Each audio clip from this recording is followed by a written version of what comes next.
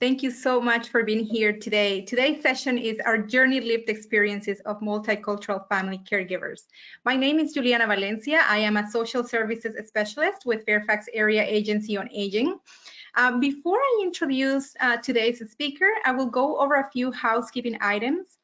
There is a Q&A button where you can submit all of your questions throughout the presentation. We are going to allocate a few minutes at the end of the presentation to address all of your questions. Now, today's presentation is being recorded, and a recording is going to be sent out to all of you by early next week. Also, there is a brief survey as you signed out. Please take a moment to fill it out because it really helps us to provide programs and topics that you are interested in. Now, it is my pleasure to introduce today's speaker, Lily Liu. Lily is a family caregiver for her mother who has Parkinson's disease and dementia. In 2015, Lily took a hiatus from the workplace to set up the infrastructure of care for her mother. Prior to that, she worked in communications and community outreach. Lily's articles and blogs about her experiences as a family caregiver have been published in the United States and in the United Kingdom. She participates in community education events around the country to share her personal family caregiver story. Lily is the daughter of two retired educators originally from China. She immigrated to the United States as a child. She's fluent in speaking Mandarin Chinese and has her translations of the essays of contemporary Chinese women writers published in journals in the United States and Asia. Lily, thank you so much for being here with us. Thank you for your time and for being willing to share your experiences. Now I am going to share my screen with you, so hopefully this will work. Just give me one moment.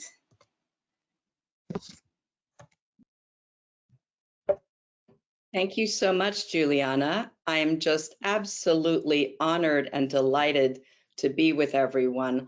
Thank you so much, Juliana, for being such a gracious host. That was a lovely introduction. Thank you. And hello to everyone who's joining us. I have some friends who have taken time out of their day to join us, so I'm grateful for their attendance. Also, for my fellow caregivers who are on here with us, please make sure that you go and get yourself some beverage. It's very important for all of us to stay hydrated and be able to do all of our duties. So we're so lucky that I'm able to kick off this beautiful series. We are, as Chinese Americans and other Asian Americans, enjoying the Lunar New Year, which began on February the 1st.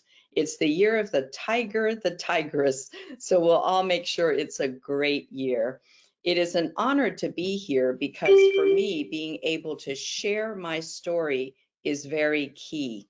While we're on here, I know that Juliana had told me that there would be some of the essential workers, those of you who have been on the forefront, on the front lines, helping all of us family caregivers throughout 2.5, almost 3 years. So to all of you who are professionals joining us today, I extend my deepest thanks because you've really made it easier for us as family caregivers.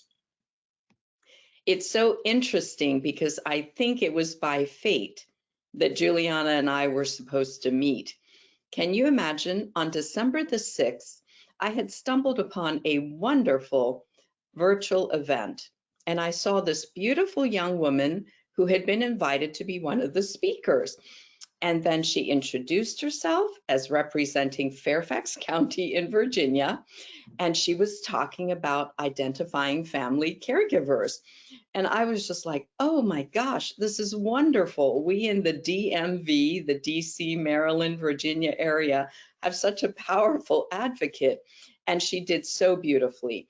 Juliana really did the Fairfax County Department of Family Services proud that day.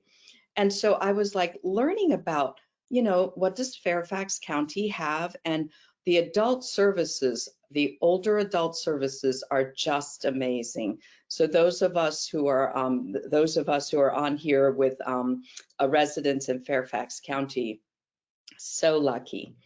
So then the next day, I get an email And even though she cannot be with us today, Amber Sultani is a colleague who has been with AARP Virginia for many years.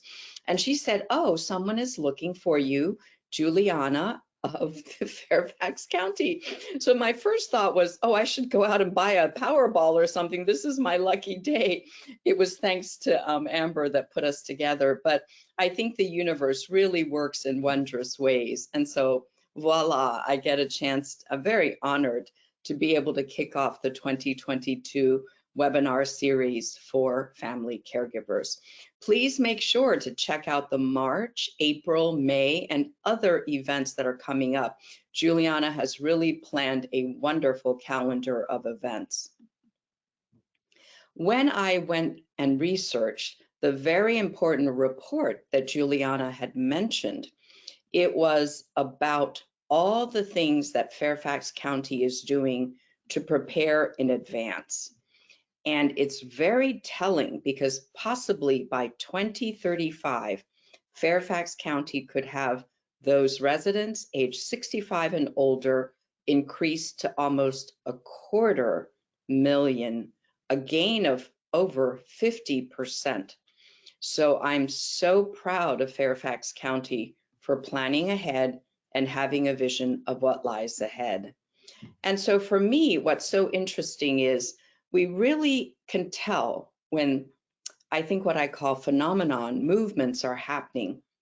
For me, before the pandemic shut us all down, I had gone to Target, and just by chance in the caregiving area of the cards, the greeting cards, I was struck by the fact that they would, number one, have a caregiver section, and then number two, have quite a few choices. I always say when a topic, an issue makes it into popular culture, then you know it's a thing, right? So I chose this card. I took a picture of it because it's so key to everything that you as a family caregiver joining us today are experiencing. And that card says, it can't be easy doing what you do. There are so many sacrifices, tough choices, difficult decisions to make, but you do it, and with such love. And then inside, the card says, hope you know how amazing that is and how important you are to those who depend on you. So I send all of you who are on here with us as family caregivers this card because you are amazing. I know exactly what it means to be a family caregiver. That's why I was very delighted and honored when Juliana extended an invitation to partner today, because I think it's very important as we're doing family caregiving work, and it's truly work, that we name it. If you were to Google, I take soup to my neighbor, or I drive my Aunt Sue to the doctor, that's not going to pull up the resources and the benefits that we might qualify for. So name it. You are a family caregiver. The paid caregivers would be people perhaps from an agency or others that we pay privately. Those are paid caregivers. We are the unpaid people who help caregive for families by blood or families by choice.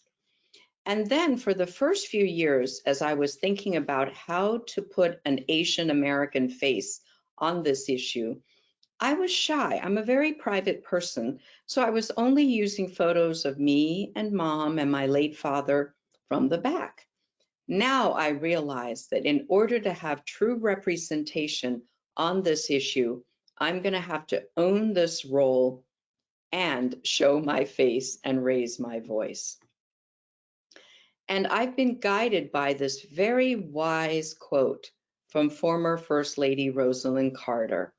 She said there are really only 4 kinds of people in the world: those who have been caregivers, those who currently are caregivers, those who will be caregivers, and all of us who one day ourselves will need care.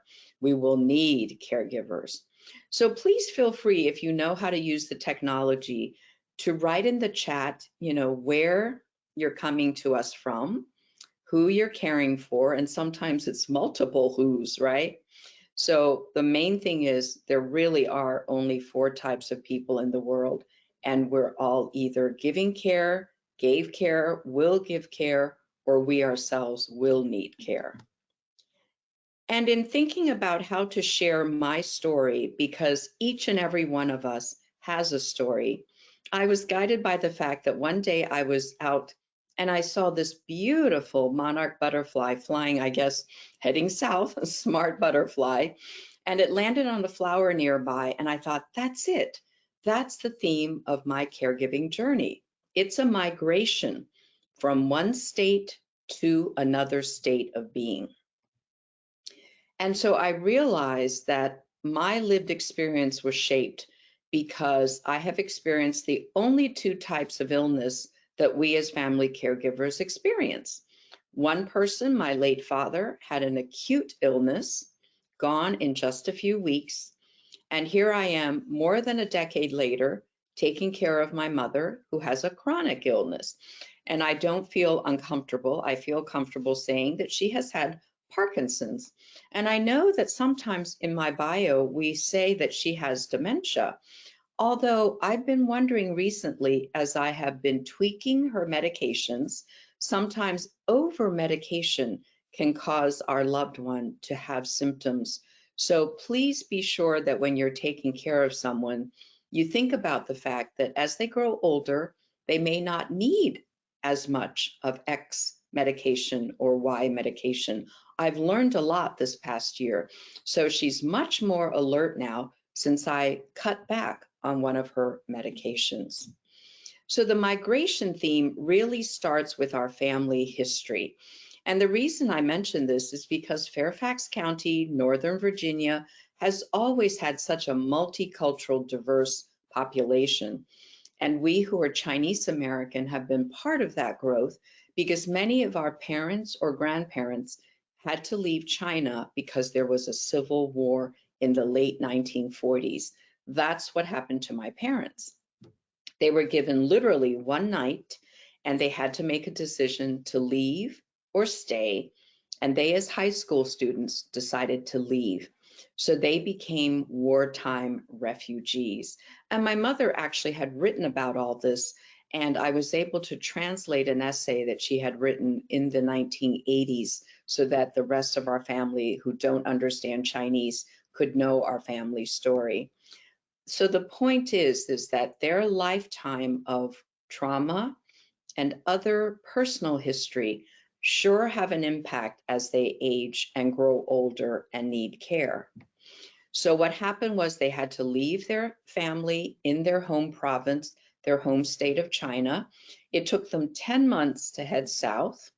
Then once they crossed the border to what was then French Indochina, not even yet Vietnam, the French, who were the colonizers, didn't know what to do with this group of refugees. So they had to build their thatch roof huts in order to have shelter, start to grow some of their own plants so that they had vitamins. And so I realize now that those of us who care for loved ones who have had trauma, and if you think about it, 20th century Asia was all about war and trauma. Well, I realize now that the reason my mother might have the Parkinson situation is among that group of refugee students who are not related by blood, because they were in that refugee camp for almost 5 years, the French would spray them every so often with DDT to get rid of the lice and the bugs on them. So in that group are a lot of people who have shown Parkinson's disease symptoms. So fortunately, by mid-June of 1953, this group of refugees were saved and brought to Taiwan. And that's that little island in the Pacific. And they would remain there for a few years while they got their college educations. And my late father and mother had me and had another sibling. So the point is that we are immigrants from a country in Asia and immigrants to America. And that story is really triggered by separation and finally reunification. So in our case, it was because of immigration laws, my father was able to come first as a grad student, like so many others, the parents and grandparents. And so we were separated for over 3 years. And if you think about how my mother had to raise me and a younger sibling, it must have been so hard. And the only way to communicate back then were those little aerograms, remember, that took weeks. So this is the photo of me and Mom. And I realized that the photo in the back, she had sent it to my father to let him know that we were doing okay. And so this is a picture of the group of refugees. And at one point, in order to join with my father, we left.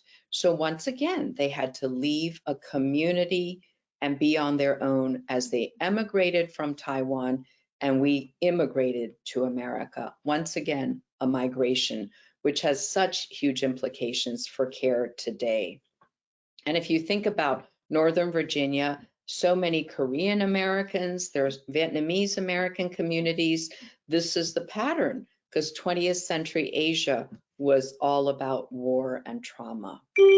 And so when you think about being able then to come here, I have really thought carefully about my identity. And the reason I have parsed it out is because it has such huge implications for the giving of care. Number one, we're an immigrant family, and I'll explain more about the implications of that. I have tried very hard to learn our heritage language, Mandarin Chinese. And of course, growing up with a mother that didn't really know English, we were very much bicultural because she cooked the Chinese foods and we had a Chinese culture at home. I'm a daughter, and there are implications in Asian cultures about sons and daughters. And I also always say that I'm not a 2.0 generation ABC, American-born Chinese. In sociology, there's the term 1.5 generation, someone who comes relatively young, but grows up here in America. So I have a foot in both cultures. And so look at the differences of the nuances of what we are as family caregivers. I ask you, I wish to have you also think about your own family caregiver profile. It will really enlighten you about some of the aspects of your giving care. And so we were in the forefront of coming because we came relatively early. Everything else that happened afterwards, and why, if we look at Fairfax County and Northern Virginia, there is such multicultural and diverse communities. In 1965, there was an Immigration and Naturalization Act signed by President Johnson, then President Johnson, in New York Harbor with Liberty Island behind him. So the folks that you are caring for as professionals, and then the family caregivers on here with us, we're all shaped, unless we had, come with the building of the Transcontinental Railway or the Japanese Americans, many of whom are now in their 5th generation. So the majority of the immigrants coming after the 1965 change in immigration law are now older, and the loved ones that we're caring for. And I thought about the similarities of this to what happened in the African American Black community with the Great Migration north from the South. Things that happened in that type of migration also happened to us. You're coming north as a nuclear family, you're leaving behind your family, you're leaving behind your community. So many similarities. And then, of course, many of you will also say you've been on your own migration. I am among the 78 million baby boomers who have migrated from darker hair to gray hair now. But think of the implications of all of us aging, those born between 1946 and 1964. That too is going to have huge implications on the giving and receiving of care. So as I said, the migration, in a blink of an eye, really, I feel, I have become, instead of the child taken care of by the parent, I am now the child taking care of the parent. And I thought about this aging process, and I realized it is nothing new. Back in the 6th century, the woman poet Sappho had already written, "My skin once soft is wrinkled now, my hair once black has turned to white, my heart has become heavy, My knees that once danced nimbly like fawns cannot carry me. How often I lament these things, but what can be done? No one who is human can escape old age. We've always heard that, living to an older age beats the alternative, right? So a more modern poet has also touched upon this, and I really thought this was clever. Ogden Nash, in this little excerpt from his poem, Crossing the Border. So he too thought about aging as a migration. That little section that I love began with the word senescence, which I had to Google. It means deterioration with age. So he would say, senescence begins and middle age ends the day your descendants outnumber your friends. So that's why older friends have always said to me, make younger friends. But you see how so many in the literary creative scene have also thought about aging as a migration. So after I inherited the full-time care from my mom, I was just flummoxed, right? Because all of a sudden, after a quick acute illness, my father is gone, and I have inherited the care of my mother. So I've often said that we all reach out in different ways. I reached out and found all these really wonderful books. Authors have written and given checklists. Some have talked about their experience and how faith has helped them. Others have given, workbooks and all these different things. So I just wanted to let you know that that's one way that you can be helped on your own journey. And then I wanted to share that my absolute favorite book was written by a spouse caregiver. She was caring for her husband, and the title of her book was, You Better Not Die or I'll Kill You. I love this book. Even though I'm caring for, a parent, what she wrote and her sense of humor really were wonderful. So I recommend this book, You Better Not Die or I'll Kill You, to you all. It's a great read.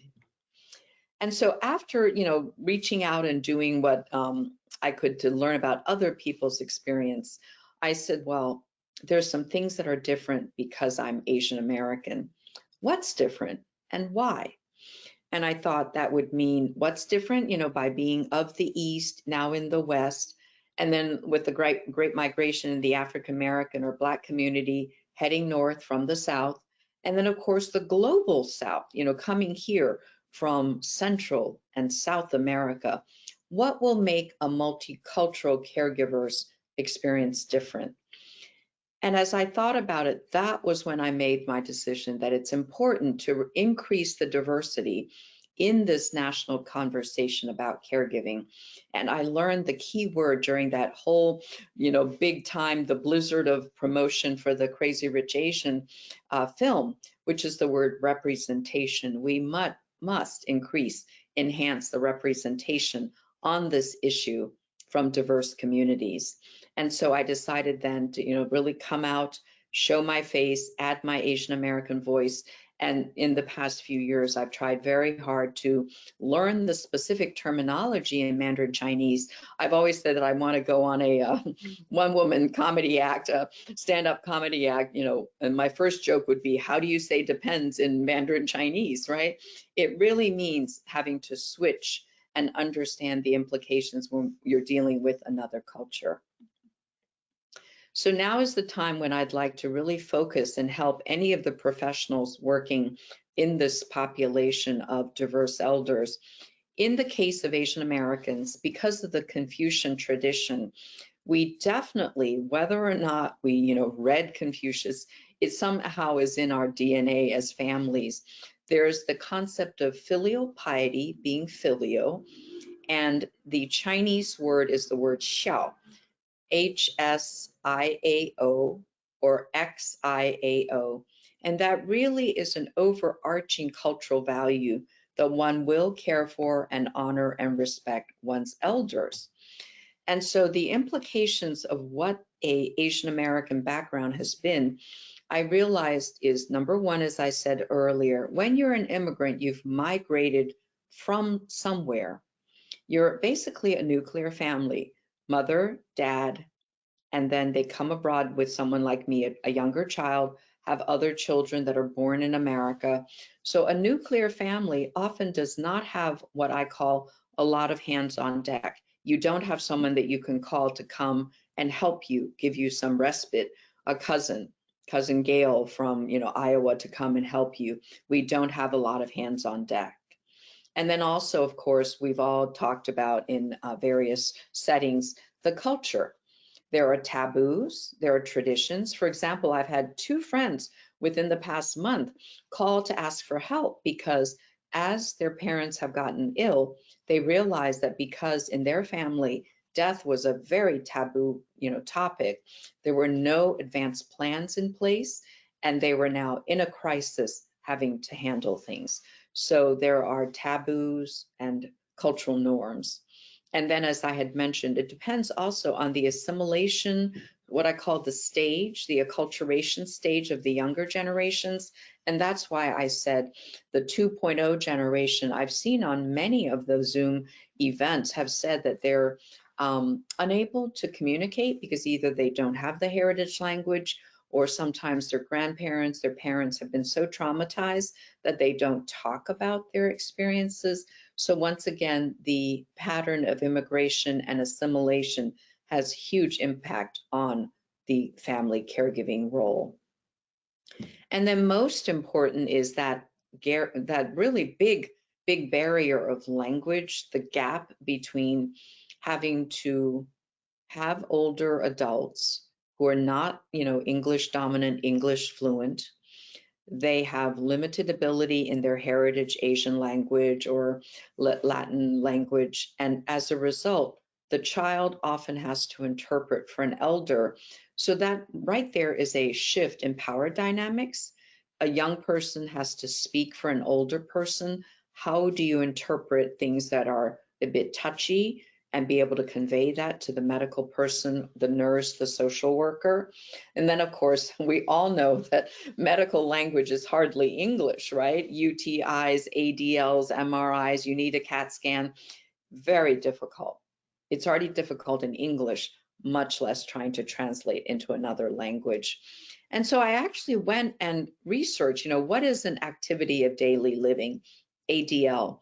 And I realized that they put that as 5 very key things, which any of you who've now taken a break from your caregiving to thankfully join us for this 1 hour know that you're bathing, you're dressing, you're feeding, you're helping them ambulate, walk. Many of them are in wheelchairs or have to use a walker. So these are all things that just that one cute acronym ADL covers. And then I realized there's also IADLs, and these are the others, so that together all of these activities of daily living are 12 in number.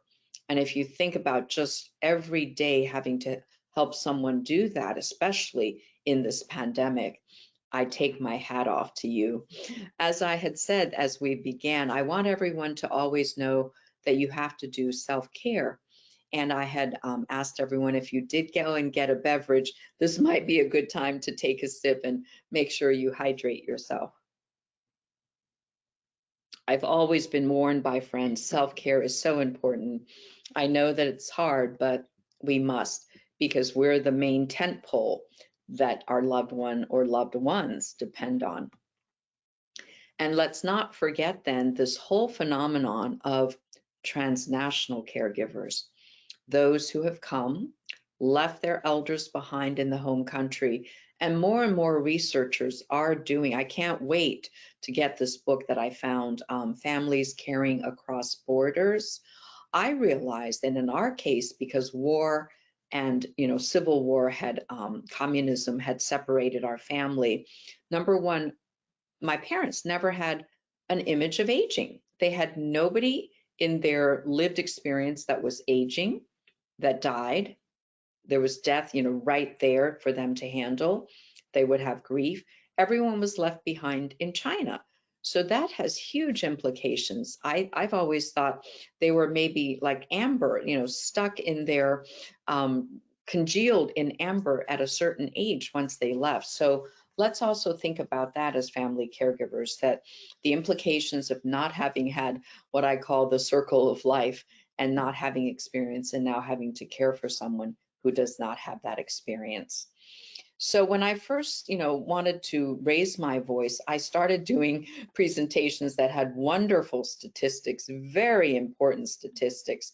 But I realized that once I put these slides on the screen, people's eyes just glazed over. Yes, there are like 43 million Americans, almost 1 in 5 adults who are caring for a relative, age 50 and older.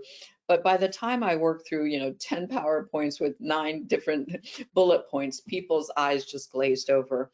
And then I realized I should go back to what I'd always been doing when I was doing work, is storytelling. Being able to put a name, a face, a voice with this issue. And that really, really helped me be able to have connection with people that really resonated as I tried to encourage everyone to empower themselves, to empower yourselves as family caregivers. So I also was lucky because I happened to find this incredibly huge red dragon pin. It was on this catalog called signaturescatalog.com, and I just stumbled upon it, but I realized it was the perfect thing to give me a theme that we can go from being a dragging, dragging, dragging with fatigue, dragging with worry, as the daughter, son, spouse, caregiver, neighbor caregiver, that we can become the dragon, dragon, strong and empowered family caregiver. And here I would like to make note that it's important to realize that over 1/3 of the family caregivers are male. Sometimes there's a stereotype that it falls only upon the women of the family, but over 1/3 are male caregivers. And so I started taking this theme of going from the dragging daughter to the dragon daughter. And that's why I said, in the Chinese tradition, they always talk about, or Chinese American tradition, they always talk about the tiger mother.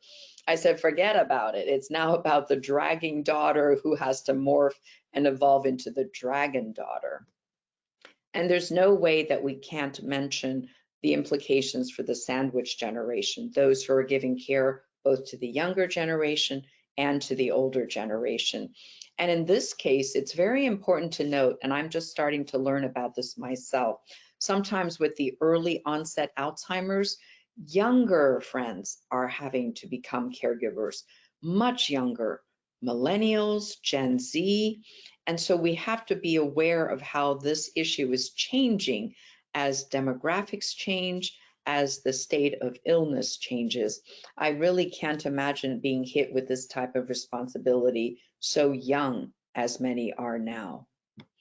And so I realized that my message that I could take out to family caregivers is we can empower ourselves, and we must seek out the benefits, the information, the services. That's why Juliana and her agency are so important.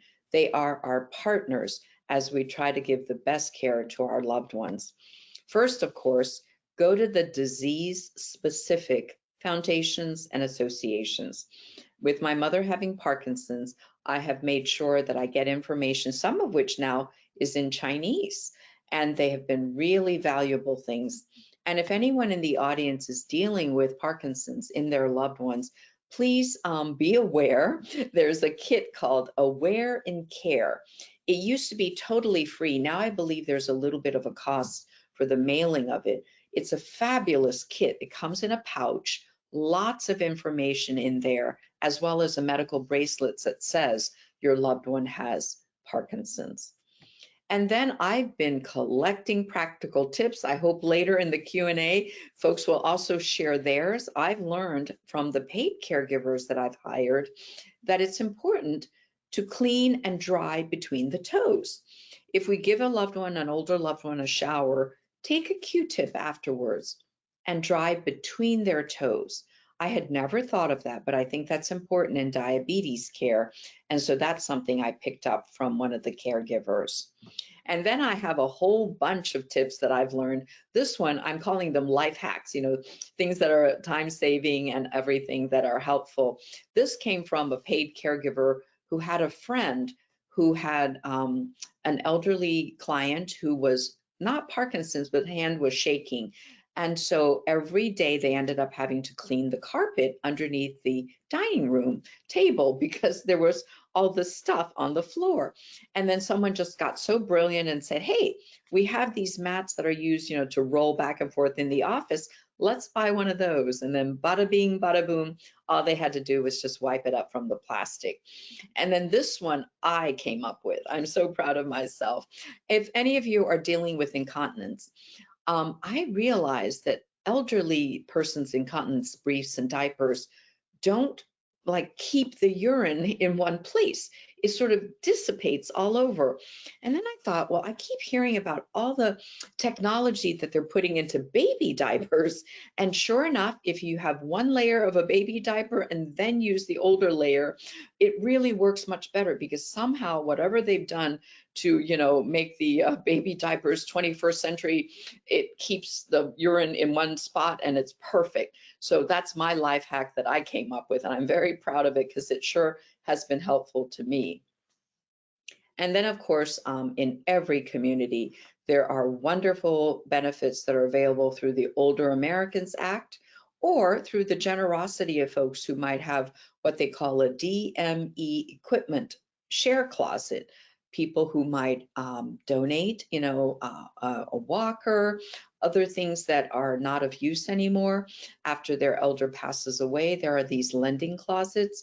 And then, of course, all the different things that are for the transportation for older family members. And of course, you cannot not call. The first place I would turn to in Fairfax County is, and I'm so happy that Juliana and I were talking about this in Fairfax County, how blessed y'all are to have the Aging, Disability, and Caregiver Resources Hotline. And it's that number right there. So, put that on speed dial in your smartphone. It's that 703-324-7948 number. And it's a godsend because it's something that you can reach out to. And then I was just so happy to learn that in Fairfax County, there is, especially in this pandemic, the virtual social visitor program. I think so many of us have felt so isolated, alone, and lonely in this pandemic. And to be able to have this type of program is really just awesome. Fairfax County really takes good care of its elders.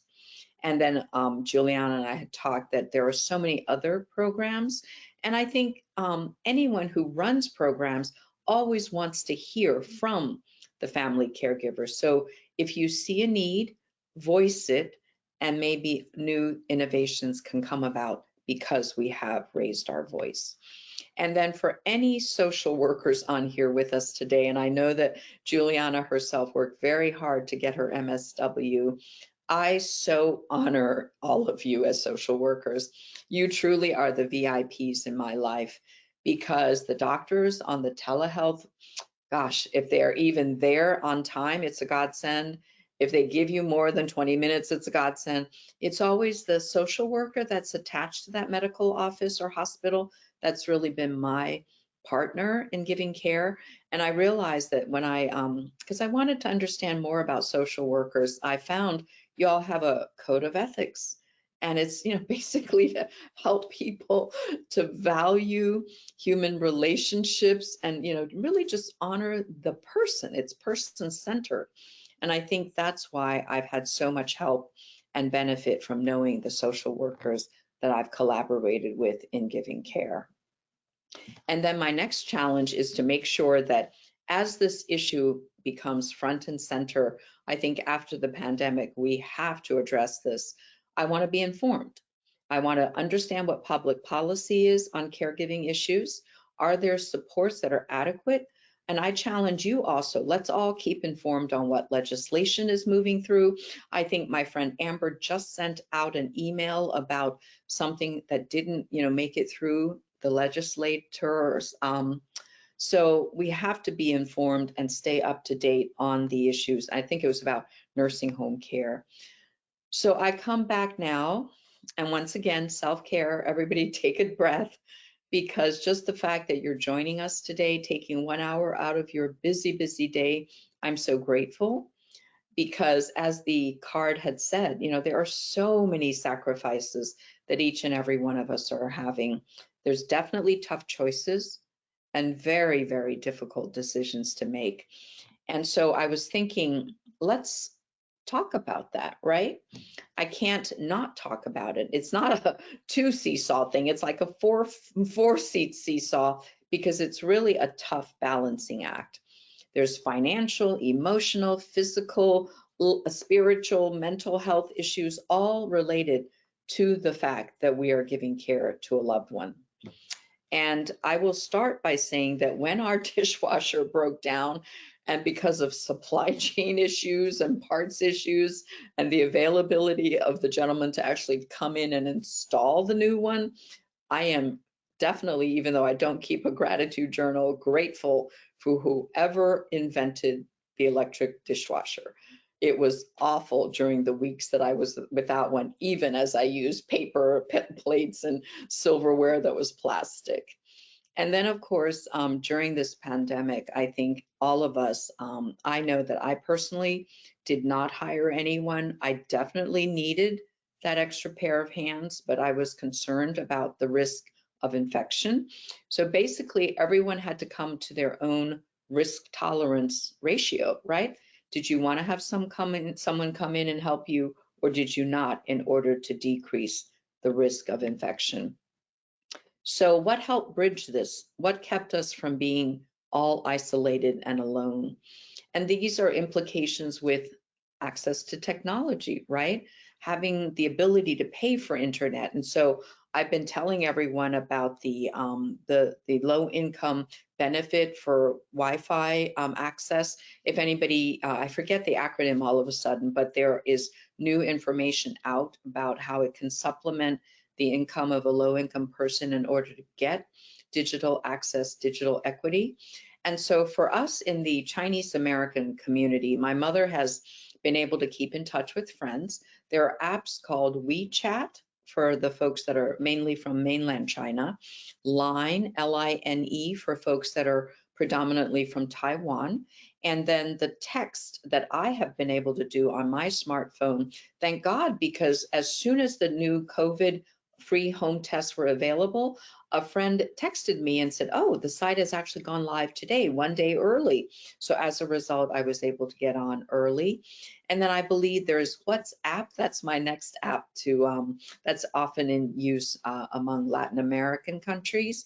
And then, of course, neighbors and friends. We have a lovely neighbor who goes out to the post office and always asks me if I have anything to mail. And of course, all the Zoom things. I know we can get zoomed out, but there have been wonderful educational Zoom virtual events that we have learned from. And so now we get to that wonderful metaphor that everyone always uses when they talk about self-care. Put on your oxygen mask first. You can't help anyone unless you put it on yourself first. We have to be honest though, because many people, I've joined quite a few Facebook and other virtual caregiver support groups. They've often asked when and how, right? Now, however we answer that, we have to answer it with try to find a way to do that. One friend, and that's not her real closet, it's just a photo I found online, but she literally says she goes in every night to a closet in her mother's bedroom area, sits there in the dark for 10 minutes, and she says she comes out refreshed. And then I've been able, someone told me about these essential oils. I've had some misted out. And then here's a hot tip.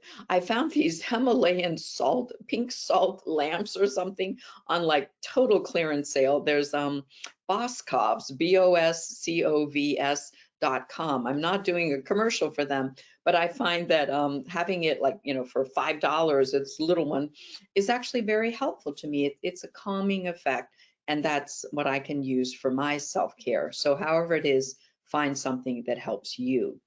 And then the most important message I hope to share with all of you is please, please try to empower yourself, find as many of the resources, all of the benefits that you might be eligible for as a family, so that you too can morph, evolve, and develop from being a dragging, DRAGGING, caregiver to a dragon family caregiver and be empowered. Thank you all so much. I've just been so grateful to have this opportunity. I want this to be a conversation, and I just did want to say this mysterious Mr. Beckett's who sends out the technology information. Thank you so much. It was so easy to do this. One of the things that I want to do now is I want to invite everyone in our audience to submit your questions. Please go ahead and use the Q&A button and send us your questions, and I'm going to read them as they come in. In the meantime, I do have a question for you, and you kind of addressed that during your presentation, but I have also heard you talk about this in other presentations. Why do you think it is important for immigrants, especially family caregivers, to tell their stories? Thank you. I think it took me a while to understand why, because we all are private and we all are very shy sometimes. I think, though, it's that word representation. How can we help the folks like you who are working so hard to help us? We must represent the culture, the immigrant pattern that we come from, because unless you know, it's like after the census, now they know the count, and that is going to affect the monetary funds, all the things that will be key going ahead 10 years.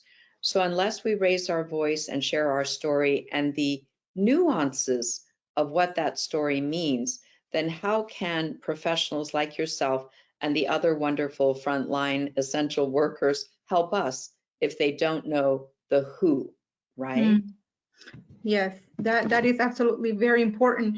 You know, something else that I wonder, specifically with a lot of family caregivers who have been in this country for a long time, and you kind of explain it very well with the 1.5 versus the 2. And specifically in my case, I remember it was very difficult to talk to my parents about future planning. And that's such an important piece of care, of caring for someone you love. And I understood why that fear, because it implied talking about death and dying. But I have also noticed that in other family caregivers, that they don't want to talk about it. And one of the things that I have heard is, oh, my children know what to do, but the children don't really know what to do. So what are your suggestions to approach this topic and this conversation with a loved one who is kind of struggling to talk about it? Thank you for asking that, because that's actually my homework for 2022. Number one, I've plugged in with a group of women that are just amazing. It's a term that is new to me. We're analyzing and trying to do research about end of life. That's like the Google thing. Until you know the word end of life, you don't realize how many resources are out there. So they have taught me that legally, there are so many documents that must be done, right?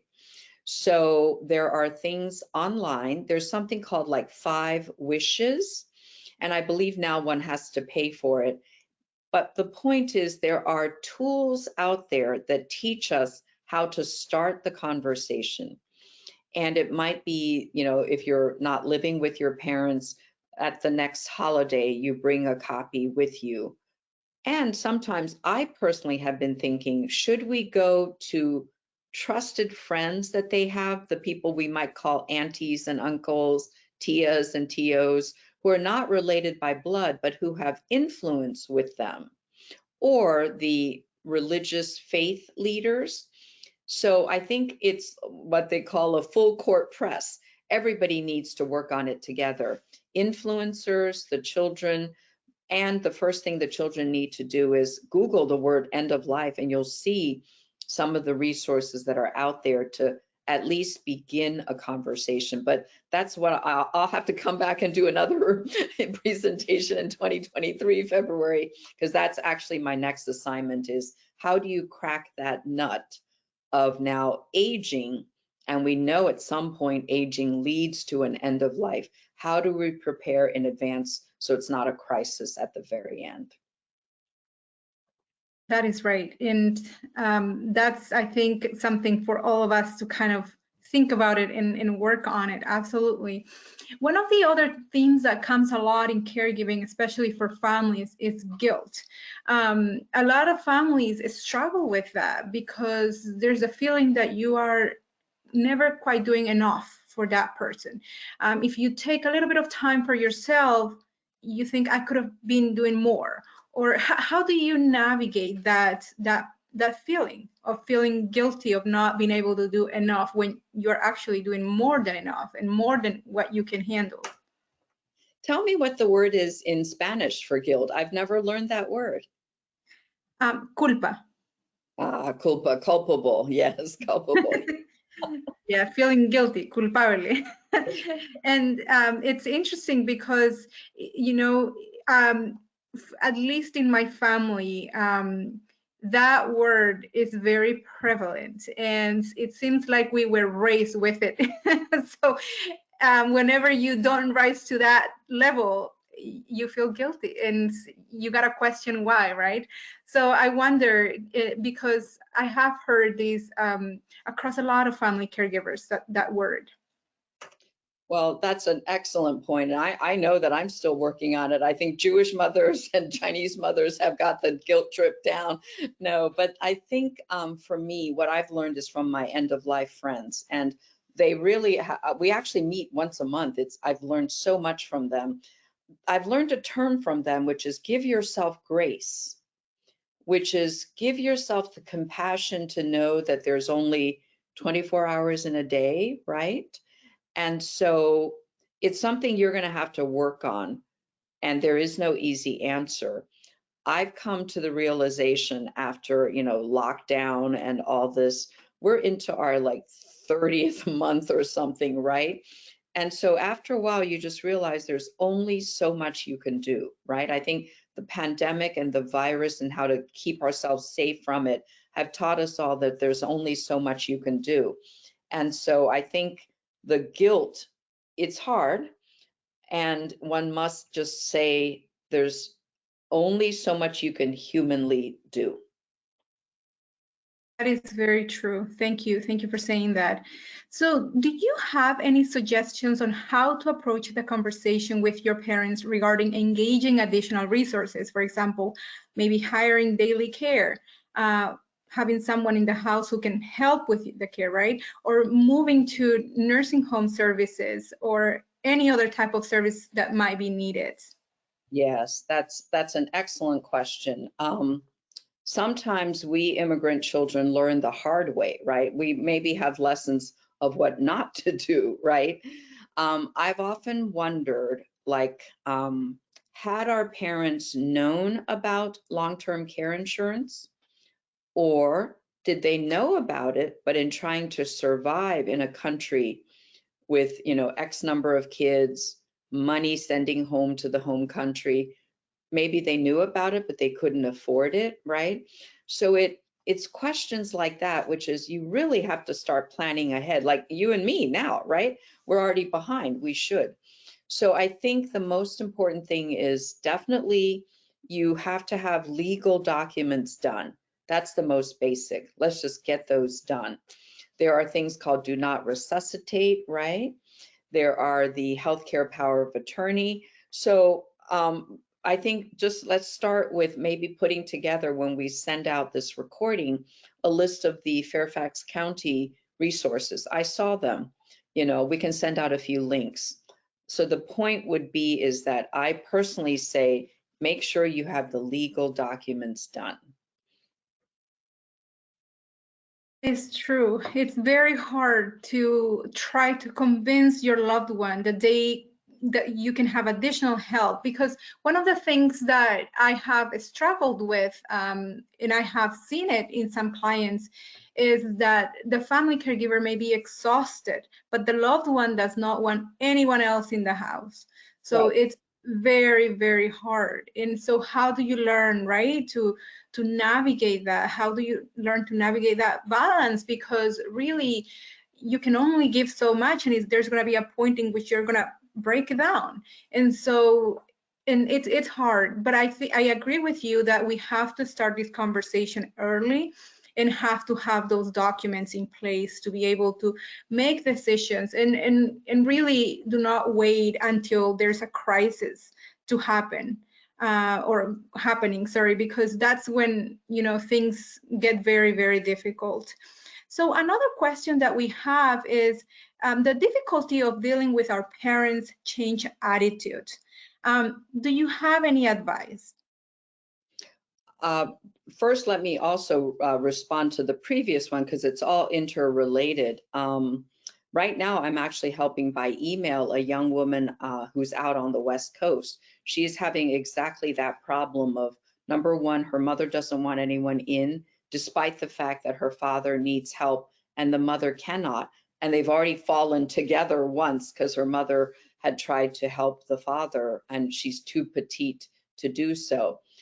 I've learned that in my own family's case, the wisdom of the proverb, you can lead a horse to water, but you can't make it drink. Sometimes things are just going to happen, and that's that. And I have another friend whose mother keeps falling, and she said, I can do this, this, and this, and this for you, Mom. The mother refuses. So she, the friend, has come to peace with some things are just going to become a crisis, and that's that, right? So now to the question that's at hand. I don't know. I mean, how would you answer that, Juliana? Because I'm trying to think. I think, you know, one of the things that I will ask is, what is a diagnosis? Because it's very important to understand that person's diagnosis to understand the new behaviors. For example, if it's dementia, there are going to be different types of new behaviors, and that's going to bring new attitudes. So in those cases, you really have to check in with yourself first, because the person with this diagnosis is losing their capacity to reason, to have that conversation with you, to truly understand what's happening with them. So that part is very important. But the other part that I will also say is to engage in therapy, to speak with someone who specializes in providing services for family caregivers, so that they can help you navigate that new and unique situation that you might be going through. Just sometimes having a third person who sees the situation from a completely different angle and is not involved, it's not vested like you are, it's really going to help. Yes, and I was thinking also just in my own case, as I began with, by tweaking my mother's medications, she changed, right? So could it be that sometimes a negative situation like a urinary tract infection, UTI, is causing a change in behavior? Or the aspect of medication, if you tweak it, I think my mother was over medicated for a few weeks because her body has changed. I think that's why the Alzheimer's Association has a 24/7 hotline, right? 24 hours, and being able to call them to get help. I think, you know, these are excellent questions, and all we can do is just to say, reach out to services like Juliana's department, reach out to family caregivers who are going through it as a community, and just to try the best you can. That's all I can say. Yes, and very important, if these are new changes, sudden changes, make sure you talk to the primary doctor. Make sure you are addressing those changes, because there might be an underlying condition that is causing that. So we have another question, and it says, I take care of my 40-year-old daughter, physically disabled. How to help her so I guess how to help her psychologically, how to help her, and I hope I understood that question well. Do you have any suggestions? Thank you, Juliana. First, I give you my respect for your caregiving in that situation. Number one, especially in this pandemic. I have a dear friend who is helping her own sister in that sort of situation, and it's hard. I think, Juliana, I mean, it sounds so basic, but Google whatever the agencies are that are in your zip code, right? What county are you in? always reach out to see what resources there are. And when you call something like that, I've learned a key thing, which is I always ask after I finish all my questions, is there a question I haven't asked that I should have asked? And sometimes that will bring up new thoughts in the person who's answering and trying to help me. Thank you, Lily. We are at the end of the hour and we have one more question. So if people don't mind, we're just going to go about 2 minutes above our time. And the question says, what would you like home care agencies to know about how best to collaborate with family caregivers? Oh, that is so difficult because number one, there's a shortage of people working now in this pandemic.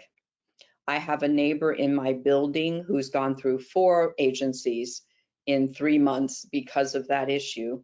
I think the most important thing is to remember a word that I have learned, person-centered. It's not just a job or a arm that you have to, the wound that you have to re-bandage, the whole person. So that question is very key, regardless of whether it's a paid agency, staff member, someone coming in who's a sibling. The main thing is to think about the person the loved one, the person that you're caring for as a person, and working together in tandem, working in partnership to do the best you can. So we appreciate the paid agency caregivers. There's many other issues attached to that phenomenon in American long-term care. But for today, remember to be person-centered, that together working in cooperation, together you will give the best care. Thank you so much, Lily. We are actually at the end of our presentation, and what an honor to have had you to present today. Really, thank you so much. You have become such a huge advocate, not just for immigrant family caregivers, but really any family caregiver who is facing this situation. Thank you so much to everyone in our audience for making the space to be here with us. We really appreciate your time, and we hope that you found this session valuable. Also, as you signed out, there will be a brief survey. If you could just take a few minutes to answer those questions, it truly helps us plan and provide topics that you are interested in. We want to hear what you thought of today's presentation. This was our first webinar, our first session and our first webinar for this series. So our next webinar will be on Wednesday, March 16 from noon to 1 p.m. and it will be on how to advocate for your loved one during hospitalizations. So I hope you can join us then, and until then, I hope you have a great afternoon. Thank you all so much, and thank you so much, Juliana. You and your team are doing very important work. I wish you all the best, and to all the family caregivers, please remember to take care of yourselves. Thank you. Thank you.